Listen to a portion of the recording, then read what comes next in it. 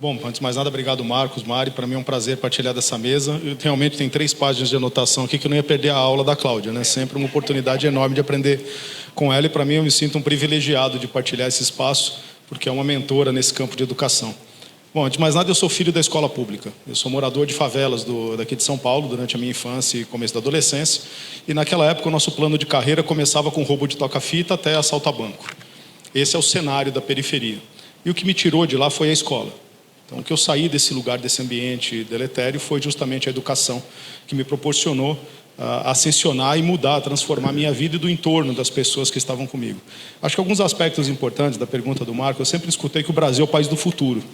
Está na hora de a gente ser o país do presente. Chega desse negócio de futuro, porque o futuro está lá na frente, está muito longe de todos nós. E a educação, curiosamente, fazendo uma síntese do que a Cláudia e o João trouxeram aqui, nos falta um plano de Estado. Nós temos muitos planos de governo, a gente sempre pensa como o terceiro setor no apoio à política pública, porque nós não somos os realizadores da política pública, mas sim os apoiadores dessa política pública, ajudar o Estado a organizar as melhores abordagens, as melhores soluções para os problemas que o Estado enfrenta. Mas a gente sempre pensa à luz de 4 anos.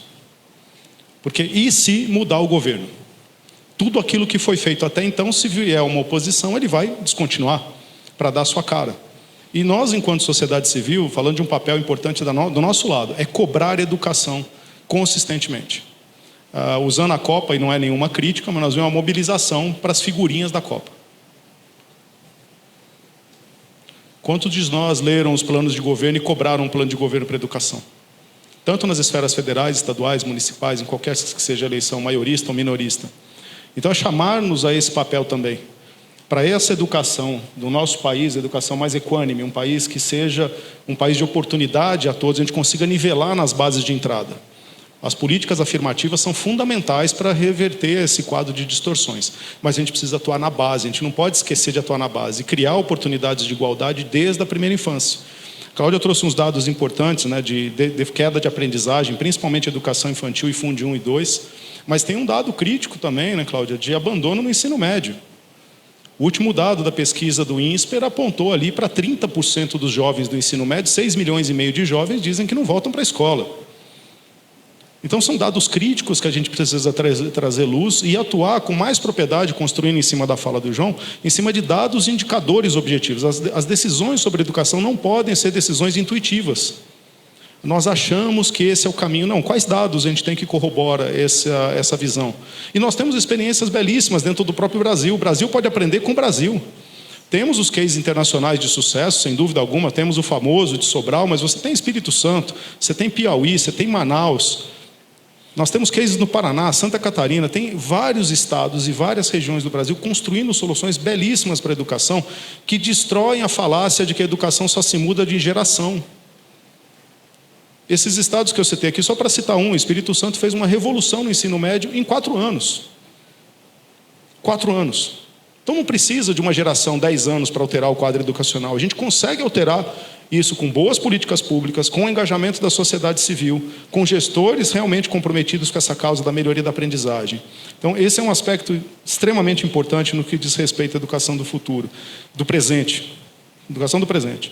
Sobre o professor, Mari, tem um tema interessante, né? Curiosamente, o jovem não quer ser professor, mas 89% dos jovens têm um professor que é a referência da vida dele.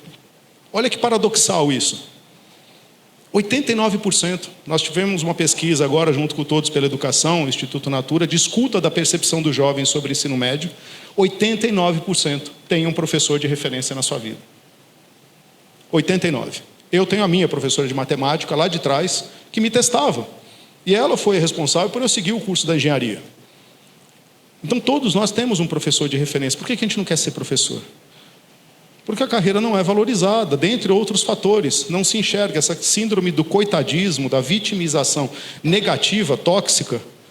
Ela joga contra. Ela joga contra.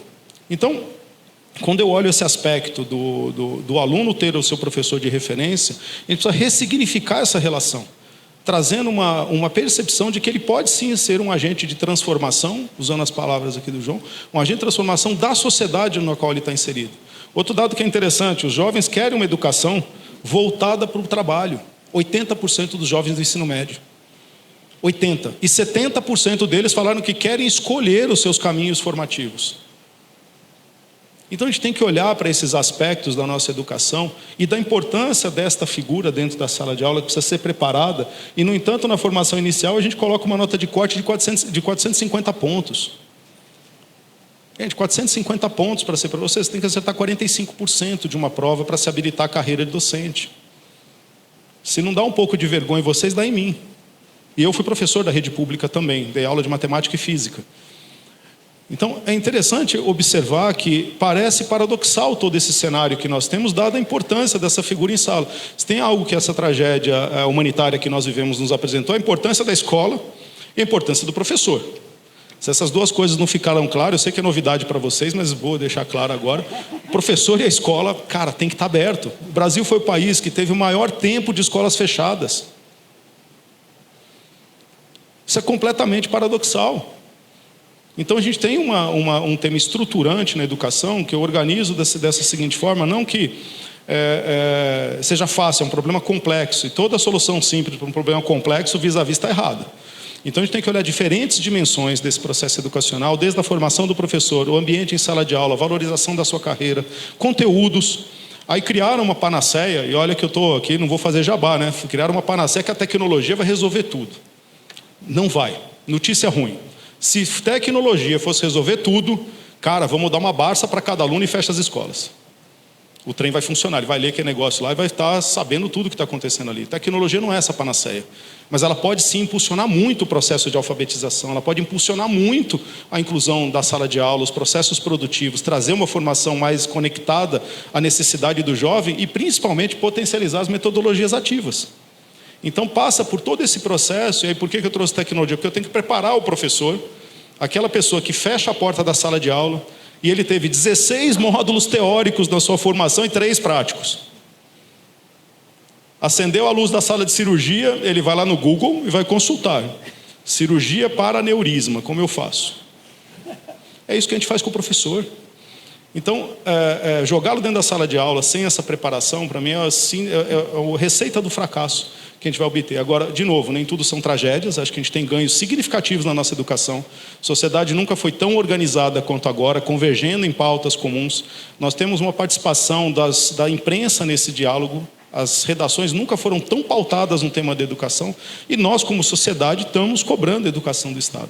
Então, eu acho que o filme, ele é positivo, a foto é ruim, mas o filme é bom. A gente vem evoluindo ao longo do tempo. E o último tema, para fechar aqui a minha contribuição nesse tema, o gestor público é um ator fundamental no processo de melhoria da educação. E eu estou falando do gestor público, não o mandatário, o secretário de educação, estou falando do diretor da escola, o coordenador pedagógico. Esta figura, muitas vezes ignorada, ela é fundamental, a gente prepará-lo também para esse mundo que a gente precisa agora. E a pergunta que eu gostaria de deixar aqui é que não é o que a escola pode oferecer, é o que a sociedade precisa, e aí a gente vai adequar a escola para o que a sociedade precisa. Porque se a gente perguntar o que a escola pode oferecer, é limitador. A gente vai se fechar nas limitações do que a nossa escola oferece agora. E se a gente inverter a pergunta, o que a sociedade precisa que essa criança, esse jovem saiba, aí sim a gente vai ter uma escola mais aberta e mais conectada com esse ambiente. Essa é a minha contribuição dessa primeira etapa.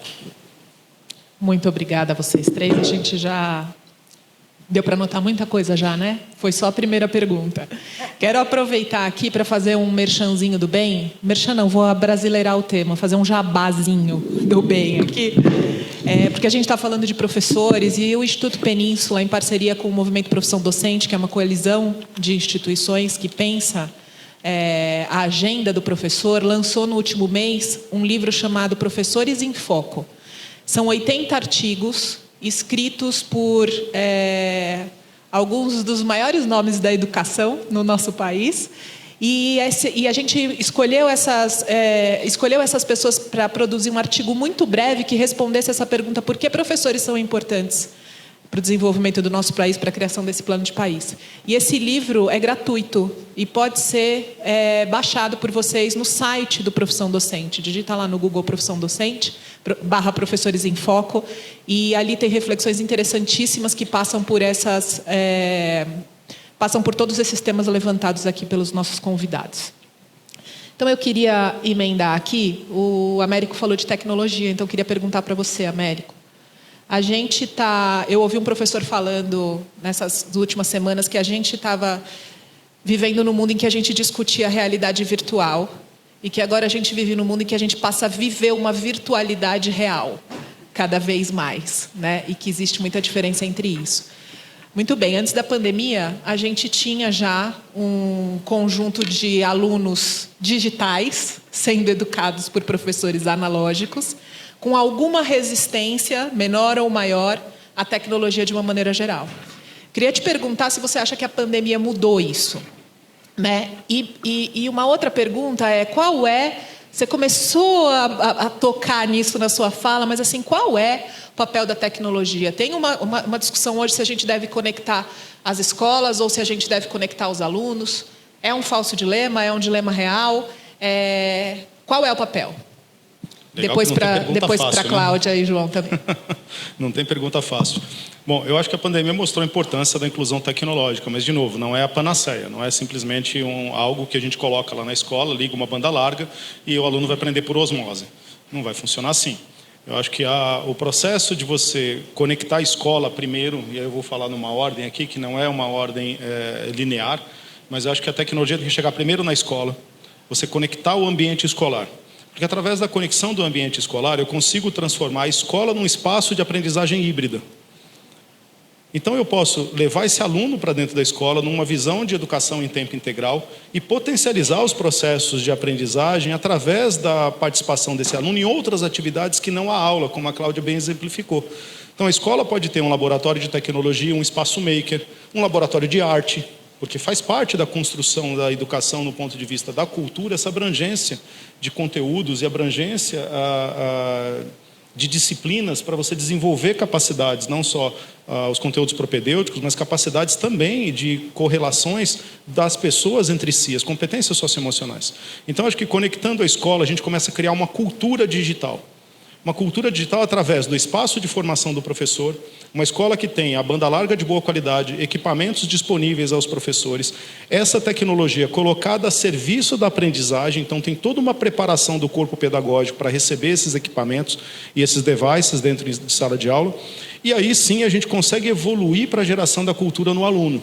Porque o que nós vimos na pandemia, algumas políticas estaduais, eu não vou citar estados aqui, mas a gente, enquanto negócio, aí já não era a praia da fundação, a fundação não entra nessa seara, mas nós contribuímos com vários estados na disponibilização de banda larga gratuita para os alunos em situação de vulnerabilidade. Vocês têm ideia da taxa de utilização para a educação? Vou dar esse número para vocês, 15%. Somente 15% da banda larga contratada e disponibilizada para o aluno foi usada para fins pedagógicos. Porque o aluno, a gente pensa sempre à luz da nossa realidade. Imaginem um aluno, por um segundo, quem é daqui de São Paulo, que more lá no Jardim Pantanal. A casa desse menino, ela passa vis-a-vis por ano, 2 meses do ano, alagada pela vazante do Rio Tietê. Ele mora num ambiente de 20 metros quadrados, com mais 5 pessoas, 6 pessoas, sendo que 2 das refeições diárias dele eram feitas dentro da escola. Aí a escola fecha, a gente dá um tablet para esse garoto, com uma banda larga e fala, vai lá e estuda de casa. Não vai funcionar, gente. Não vai funcionar. Então, a ideia de se conectar à escola primeiro é para criar esse espaço de segurança. A escola tem um papel que a gente não pode ignorar de proteção social.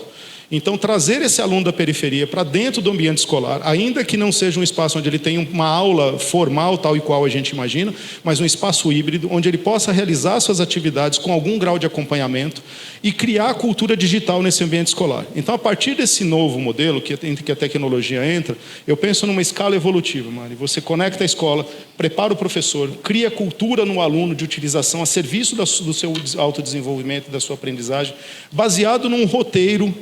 Não dá para deixar solto, a gente precisa ajudar os professores e criar um roteiro pedagogicamente adequado à faixa etária dos alunos que a gente está falando, e a partir disso a gente começa a conectar os alunos, porque aí a gente fecha um ciclo virtuoso de inclusão tecnológica, que não é simplesmente a falácia de vamos botar a banda lá que vai dar certo. Nós já tivemos projetos como esse no nosso país que deram errado. Então não é simplesmente a gente pensar que uma solução física vai resolver esse problema se a gente não mudar o mindset. Então, pensando em hardware e software, a gente tem que mudar o software dos professores para se prepararem para esse mundo virtual. E um último ponto, antes de passar aqui para a Cláudia e para o João, os professores, eles são usuários de tecnologia. Eles não são mediadores de conteúdo através da tecnologia. Então é diferente você ser usuário da tecnologia de você ser um mediador de conteúdo. Isso muda bastante, porque aplicá-la a serviço da pedagogia é absolutamente diferente de aplicá-la na sua utilização. E os alunos a mesma coisa. Eles são consumidores de tecnologia, mas eles não sabem aprender ainda através da tecnologia. Aprendem muito rápido, com os elementos corretos, aprendem muito rápido. E só para citar um case, né, um caos, eu sou mineiro, adoro caos. Um lá de Vitória de Santo Antão, num primeiro dia que nós levamos kits de robótica, arduinos para a sala de aula, alunos do Fundamental 1, no primeiro dia eles já programaram um robô que não cairia da mesa. Eu levo uma semana só para entender como é que funciona o Arduino. Aquelas crianças no primeiro dia já sabiam mexer com eles, intuitivamente, o chip deles, a programação mental das nossas é diferente da nossa. Nós levamos 7 dias para abrir o olho, gente. Quando eu nasci tinha aquele negócio, criança não abria o olho na hora. As crianças hoje já nascem nesse mundo digital, já nascem conectada. Tem caso de criança pequena que vai na televisão e tenta rodar a tela. Então a gente tem que adequar a nossa educação para esse formato, né? Então eu acho que a tecnologia tem esse papel sim, Mari, e é um falso dilema. Mas eu iria na minha percepção e os estudos que a gente viu, conecta a primeira escola, inclui esse professor e depois você conecta o aluno. É mais saudável olhando por esse lado.